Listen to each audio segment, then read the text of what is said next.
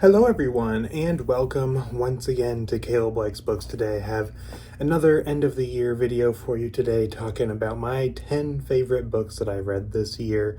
This year I read a lot of books that I really loved, and it was hard to narrow this list down. I do have another video, that should be the last video that I posted, talking about the 10 books, or the 5 books rather, that most impacted me, which is kind of an extension of this list. Those are also 5 of my favorite books. In fact, several of those books I at first planned to have on this list, but I decided to only include each book on one video so I didn't have any repetition. So I would recommend also, once you're finished watching this, that you go and watch that if you want some more books that I loved this year, because those were 5 books that really impacted me a lot emotionally and things of that nature. These are just my general favorites, outside of those 5, of course. These ones I reserved mostly for the books that I really loved, maybe didn't, impact me quite as much emotionally, which is why I have that separate video. Although, not to say that these books didn't impact me emotionally, but were not as much on the same level. Anyway, before I get into the list, of course, there were a lot of good books that I read this year, so there's plenty of them that just didn't make the list. And of course, this list is not going to be ranked. I'm just going to be talking about the books in the order that makes sense to me.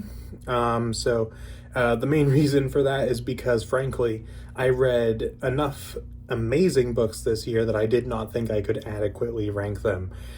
So instead, you're just kind of getting just a general 10 books that I loved this year. So first things first, going to start off something very familiar here at the beginning. To those of you who watch my channel, you know I love Brandon Sanderson. So we're starting off with Yumi and the Nightmare Painter. One of the first books I read this year. I read this in February.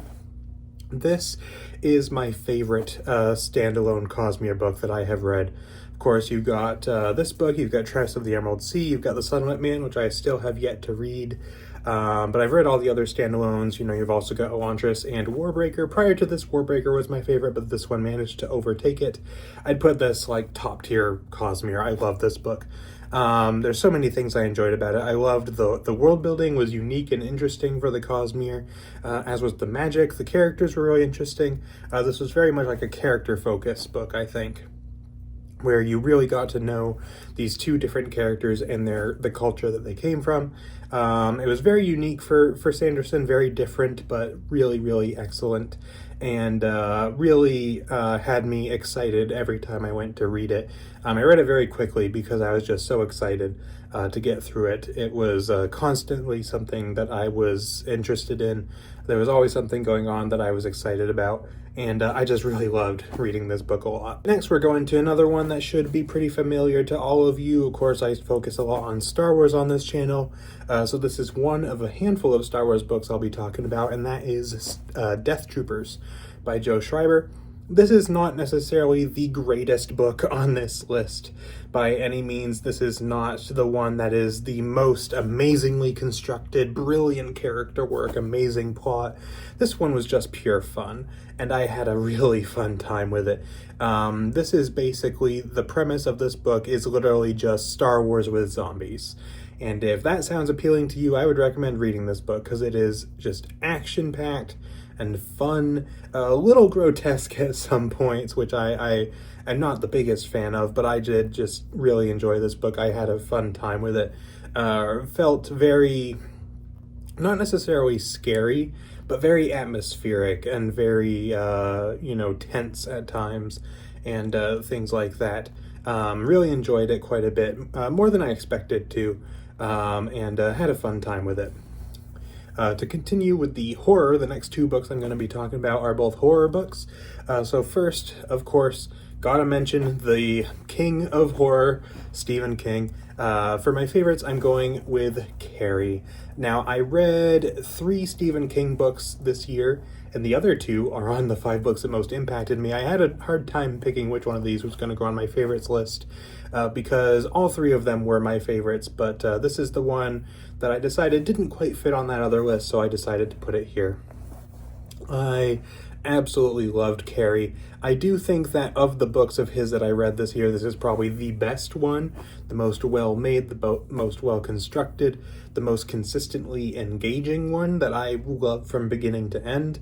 And just had a really interesting and very, I don't want to say touching necessarily, but just a very evocative story to me. That really made me feel a lot of feelings and really just had this really maybe not quite bombastic, but this really big ending that was just built up to over the course of the book that I think was excellently done. I also love the format of that, where it's very like epistolary, getting a lot of, you get the ending mostly through, interviews or newspaper clippings or things like that. It was a really cool way to do the ending. But yeah, I loved this book a lot. I think it was absolutely fantastic. And it's probably my favorite, or at least maybe not my favorite, but the best Stephen King book I read this year. I'd say Revival's maybe my personal favorite. But I did love Carrie a lot. The next book that I'm going to be talking about, the last horror book on this list, is going to be The Last Ritual by S.A. Sidor. This is an Arkham horror novel, the second one that I have read, and I had a blast with this book. This one I, again, consistently was interested in. The other Arkham horror novel that I read, which was Mask of Silver, just took me a second. That one, to me, had a decent plot, decent characters, it was all around pretty decent. This one I thought was really, really good. The characters maybe weren't amazing. None of them really stuck in my brain. I don't remember the characters that well now looking back. But the plot, there were some moments in this book that really stuck with me. I thought that the plot was interesting. It had a great ending. It really kind of captured a lot of what I personally love about Lovecraftian horror, cosmic horror, that kind of thing. And it was a fun book to read. I really enjoyed it quite a bit. Next, to kind of switch gears away from the sort of thing I usually review on this channel, we're going to talk legal thrillers with Time to Kill by John Grisham. This was a book that I just kind of read on a whim. I picked it up because I saw it used for cheap, and I was like, hey, why not? This is one that a couple of my friends, Jonathan Cohn and Alex, shout out to both of you for being awesome. They both loved this book and recommended it to me a lot, and so I read it, and I enjoyed this one a lot more than I expected to as well. This is not the kind of thing that I would typically think of as being super exciting to me as a book that I would want to read, but I found it very compelling right from the beginning. The character work was really good. The character interactions were a lot of fun. The plot was always very interesting. There was always something, kind of interesting happening, even though it was a lot of kind of what I would typically think of as somewhat boring stuff, a lot of courtroom drama and things like that. I found it all very interesting, a lot more so than I expected to. And I just had a really good time with this one. It had a lot of interesting themes and things like that to it. It's a really good book. And I may read some more John Grisham in the future. Switch gears again into some fantasy. First things first, I have Of Kings and Killers by Will White. This is the final book of his Elder Empire C trilogy. The Elder Empire is a series that I've been reading across this year, and it's 6 books. It's 3 trilogies that take place at the same time and basically tell the same story from 2 different perspectives, which is an idea that I absolutely love, and I love the way that it was handled in this trilogy. And this is the final book of the C trilogy in particular, and I really enjoyed this book. I think that this had probably the best plot in all of the Elder Empire books. Really loved the character arcs in it, especially for the protagonist, Calder. Had a really great ending, really great kind of escalation of the plot and the things that were going on. This series kind of played with some Lovecraft kind of elements with it, that I really enjoyed, that were both brought a little bit more to the forefront in this book and also kind of pulled back in some ways, but I really enjoyed the way that was implemented in this book anyway. And there was moments in this book that, even though this isn't necessarily one of my favorite series, there are moments in this book that are going to stick in my memory, and moments from the series in general, but especially from this book, that I really found very compelling and interesting, that are just going to really be memorable for me, I think. And yeah, had a good time with this book, had a good time with this series. It was a very satisfying and good ending to the trilogy. and I enjoyed it a lot. Going from the last book in a series to the first in a series, a new release actually, which is very rare for me to talk about, we have The Silverblood Promise by James Logan. This is probably one of, if not the most fun that I had reading a book this year. The couple Sanderson books I read this year might overtake it in that potentially, but besides those, this is definitely the most fun that I had reading a book this year. It was just, there was always something really cool and exciting and fun going on.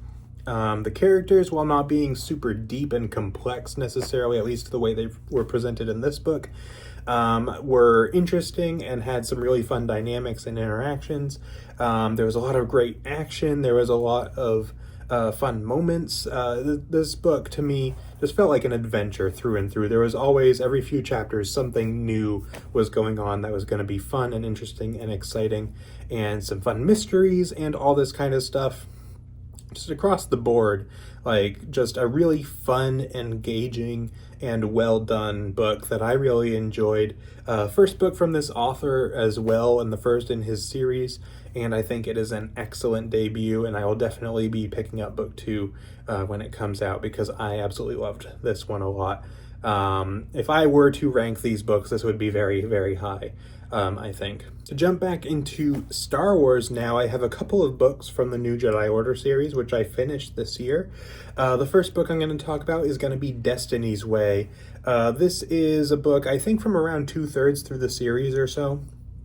I want to say it's book 13 or so, and I really enjoyed this book. I would say, kind of similar to Silverblood Promise in a way, this is one of the most fun books to me in the New Jedi Order. It was just a lot of really fun stuff, some really big epic moments, some great character interactions and reunions, and just one of my personal favorite books in the series, I think. Definitely at least one of the most fun ones. This one, more than most other books in the series, I would just classify as being a fun, exciting adventure, with some dark moments and things like that, but still just a really, really fun time, and I had a blast reading it all the way through, and it was a great book. The next New Jedi Order book that I have to talk about is actually the second to last book in the series, which is The Final Prophecy. This, again, even more so than Destiny's Way, is one of my personal favorites in the series. I just love the way that this sets up the final book. I think it has a great setup. It has some great character interactions where you see the heroes and the villains kind of coming together to work together, and things like that. Some really interesting character interactions and dynamics because of that.